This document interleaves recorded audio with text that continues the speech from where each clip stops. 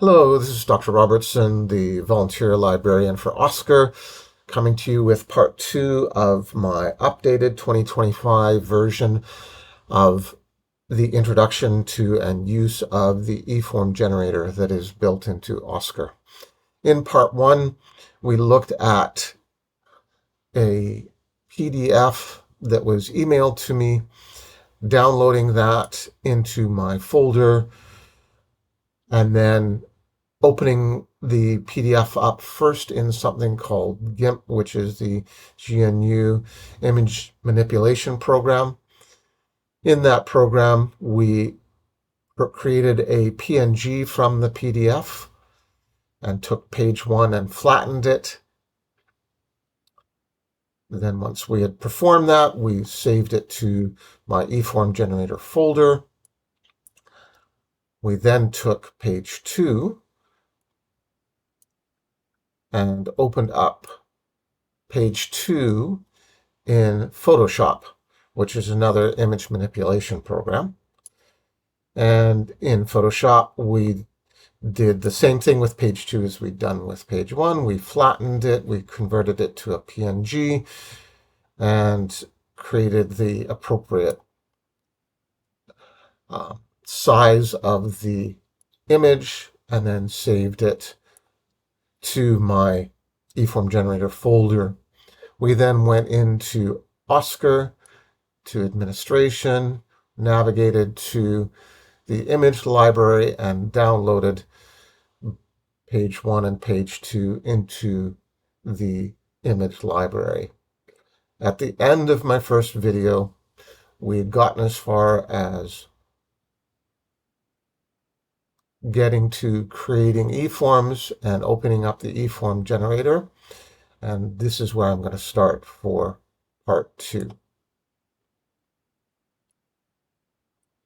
So here we are again in the scheduling page of Oscar. We're going to go to administration. We're going to go to manage eForms. And in manage eForms, we're going to go to create an eForm and open up the eForm generator. Now, as you recall from my first video, I had saved two PNG files, image files, to my eForm generator folder on my computer. This is the first page, and this page ends without a number. And then you can see the second page ends in -2.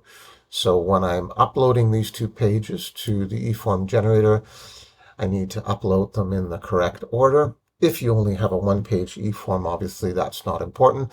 But what is important is remembering the name of the image that you're going to try to upload so that you can find it in your image folder where you stored it after you created it. So now let's expand all. Let's go into load image and choose an image. And I'm just going to start typing. The first three letters were CMS. You can see at the bottom there, screener -2 is there. So I'm just going to CMS -U.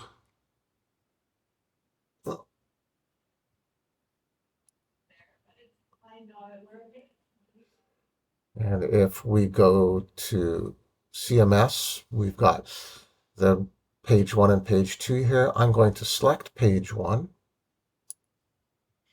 and I'm going to call it page one.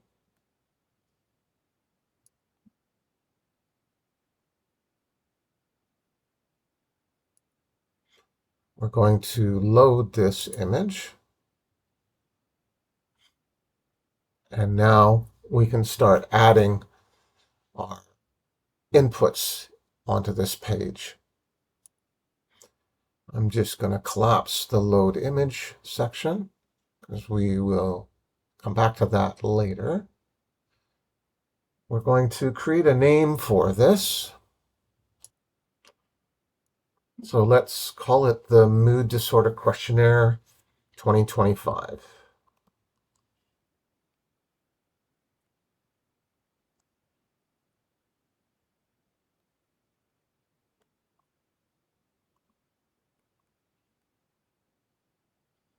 And now we can collapse that. Now it asks if we have any gender boxes or radio boxes. And gender boxes obviously are to name the gender of the patient. That's not present in this form, but if it was, we would add either gender checkboxes or gender X boxes. I tend to be using X boxes with most of my forms because they appear sharper when we're faxing. And if you used gender X boxes, it would ask you to click and then click the male and click and then click the female. If there's other boxes that you need to add here, we can do this later separate from the eForm generator. But we do have radio boxes because all of these answers are yes and no. So we are going to want to choose one of these, but not two of these. Again, we're going to put boxes in here, but at a later stage, we can edit our boxes to become circular. But for now, we're going to put radio boxes in.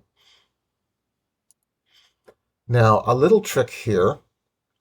I like to go down actually to where it talks about formatting the input boxes.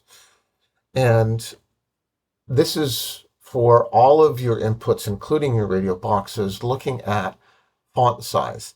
And I tend to use 14. It's larger and easier to read. So before I put the radio boxes in, I'm actually going to go down here and change the font size. Once I've got to that, we're going to collapse that for a minute. We're going to go back up here to the radio X boxes, and we're going to click here. And it says to use a unique name for each series. So I'm going to look here at the first question, and I'm going to choose a word from the first question and then use that as my unique name. So I'm going to choose hyper. And then I'm going to click on here, and then I'm going to click on both these boxes. Next, I'm going to go and do this with all of my radio boxes all the way down. Now, as you can see, I've skipped ahead a bit here and started filling out some of these radio boxes, but I'm getting down to the bottom of the page here. So I'm just going to go over to the side here, and I'm just going to scroll down a little bit so I can see a bit more of this. And then we'll get to the rest of these radio boxes. And one more trick here. You'll notice that I am getting further down this page, and I'm in danger of scrolling so that I cannot see my radio boxes as easily on the side here. So what I'm going to do actually is I'm going to expand the load image and expand the eForm name, and that will just push this down a bit further. So when I scroll down to the bottom of the page, it's a little bit easier for me to see all of these. So I'm just going to go on here and do the rest of the radio boxes, and then we will jump ahead. And now you will see I've got all the way down to the bottom of the page, and I've filled out all the radio boxes. Scrolling back up to the top of the page here, if we scroll back and forth, you can see that I'm not perfectly aligned with all of these boxes. And for those of us with OCD, it would be nice to be able to align boxes so that they all fit together. And in the eForm generator, there is a way to do that. We're going to collapse a few things down here. And we're going to go to number 6 here, where it talks about fine tuning. And I'm just going to expand the fine tuning here.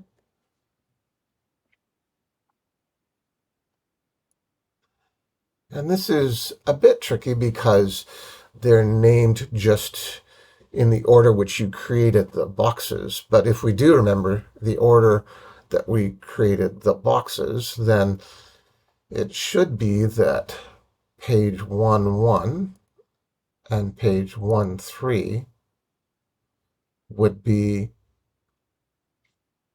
the first two yeses. So if those are correct, and we align them to the left, we should actually see the second yes box shift a bit to the left. And that's in fact what happened. So then all of the odd numbered boxes are going to be the yeses, and we can align all of the odd numbered boxes.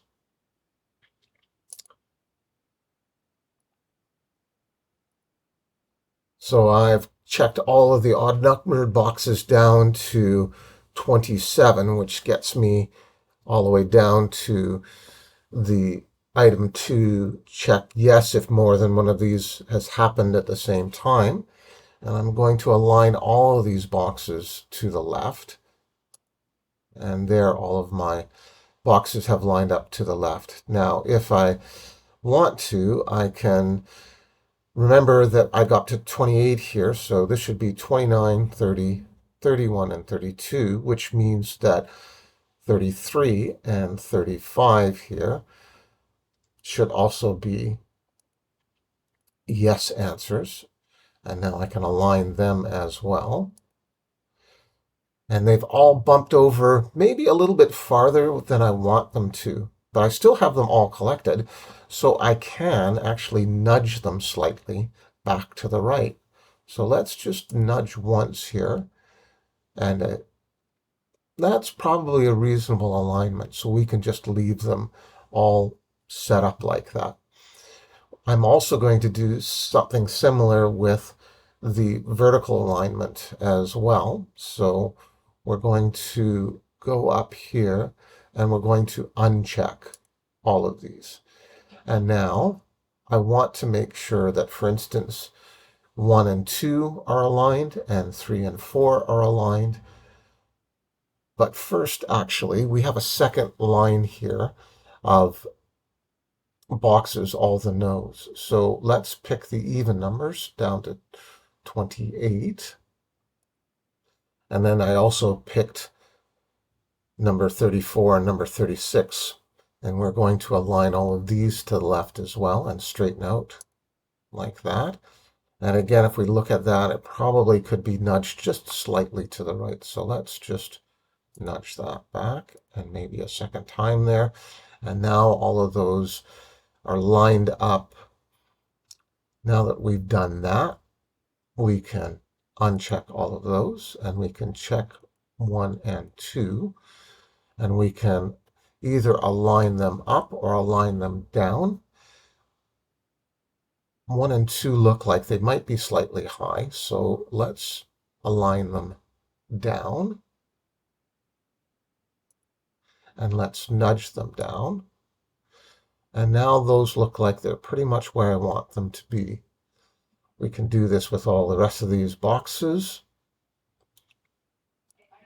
And you can see I've got down to 15 and 16 here. And this is the line you had much more energy than usual. And those are a little bit further down. So the question is, do I just need to nudge them or do I need to shift them? So let's try shifting them up and see how far up they go when I shift them. And that's obviously too far. So we can shift them down again and then nudge them up. So let's shift them down. and then we can nudge them up.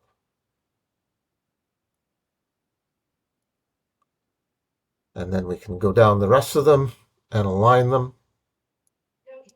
And now I'm remembering that this last box here was 28, which means that 29 and 30 and 31 and 32 are these four boxes here. And we can align those four boxes up, and then we can nudge them up. And now I see that I probably want to move 29 just slightly to the right.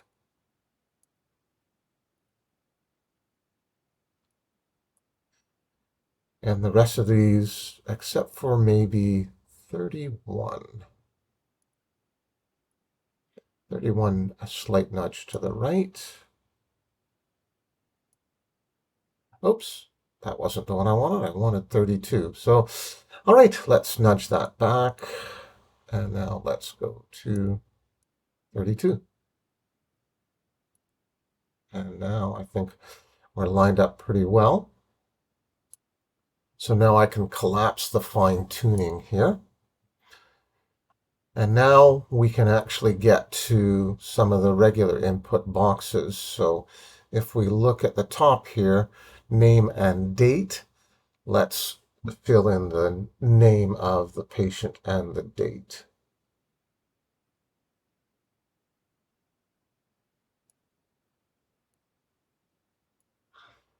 If we go to add in form input fields one by one, we can expand that.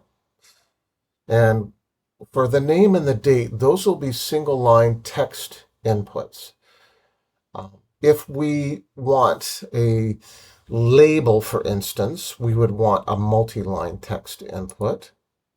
Or if we had a multi-line address, something like that, that would also be a multi-line text input.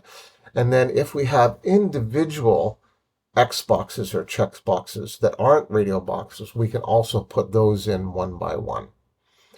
So let's go back to single line text input. And we want to go from the Oscar database here because we're going to put the patient's name in. So we're going to scroll down, and we can either put in first, last name, or if we put patient name in, it'll put the last name in and then a comma and then the first name. So depending on what your preference is, let's do patient name. And then we're going to keep it at S14 for the font size. The background color we do want to be transparent. And then we're going to actually ask for a custom unique name because that will then put patient name in that box. And then what we need to do is follow the instructions here where it says drag a box from the top left corner to the bottom right corner. So if I go over here to name and I start there and then I drag down to here. Sorry. Actually, I was wrong here. If I go to automatic sequential naming and I have used patient name here, then it will actually put patient name in. So let's try that again, and we will draw right to there. And now let's check and make sure, in fact, that we did get patient name as the name of that field. So we're going to expand and look at the bottom here. And yes, in fact, that is named patient name. Now, if we felt that that was too tall, if we needed to manipulate it, we can change the height and the width of this. So say we thought that was a little bit too high and we wanted to decrease the height, we can, select on patient name and decrease the height. Now you can see that the decrease in the height happens actually at the bottom of the field, not at the top of the field. So then if we felt that we had decreased the height, but we needed to put the line in the proper position, we can now nudge this down. So the line is where we want it to be. And we're going to do the same thing for date here. So we're going to scroll up here. We're going to collapse that down for a second. We're going to go up to here, and we're going to go to today. So date is today. So then again, automatic naming sequence. Following the directions, click on the top left corner. Drag a box from the top left corner to the bottom right corner. So let's do that again.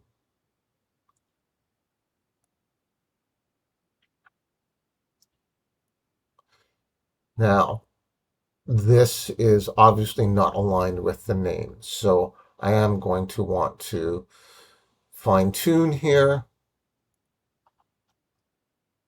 And the patient name and today I want to align down. And then it looks to me as though the date is a slightly smaller field than the name. So then the question is, do we make the date smaller or the name bigger? For today's purpose, let's just make the today slightly bigger. So we're going to increase the height. And now they look like they're pretty much exactly the same. Now we can unselect all, or we could just unselect today. So let us uncheck all. If you ever put a box or something in the wrong page, you can delete them one at a time.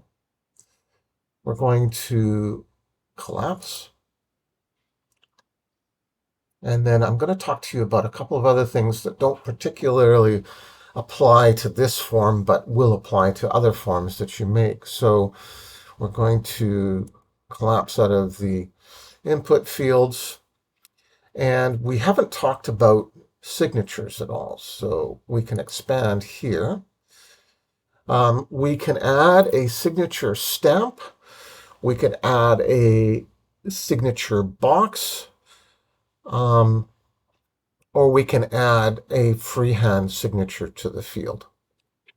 Now, a signature stamp basically works if you have prearranged the names of your signatures. We'll get into that a little bit later, but let's have a look here at adding a classic signature box.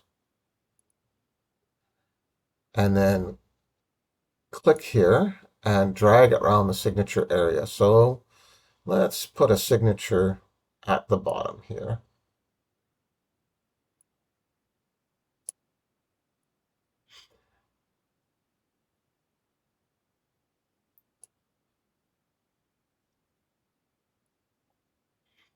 And you'll notice earlier that there's a certain part of this eForm that I can't actually put stuff into. If I'm right out to the edges, it won't allow me to do that. So that's a classic signature box that we've added.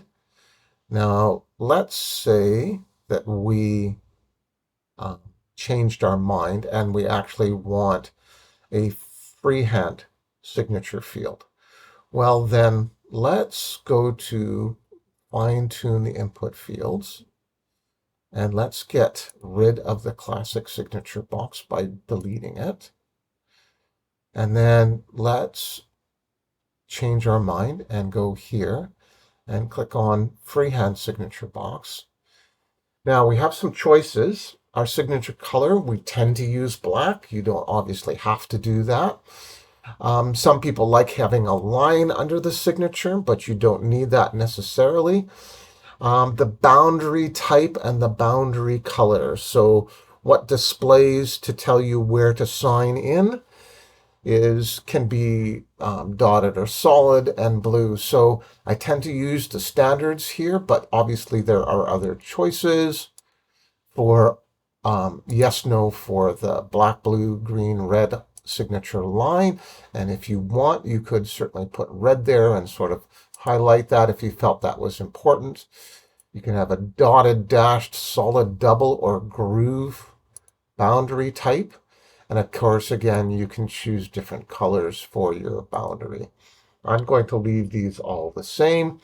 I'm going to click here, and I'm going to go down, and where I deleted out the other signature box, now I'm going to put a signature box in like that. Now, this signature box only gives you a certain size because the height and the width are connected to each other. So if you need a bigger signature length, you would need to make a bigger signature width. I think that's about enough for part 2. When we go to part 3, we're going to start looking at how we export things. So we come down past our fine-tuning. We can talk about the miscellaneous options, and we can talk about adding the rest of these bits and then going on to generating the eForm for final production. Thank you for listening. See you soon for part 3.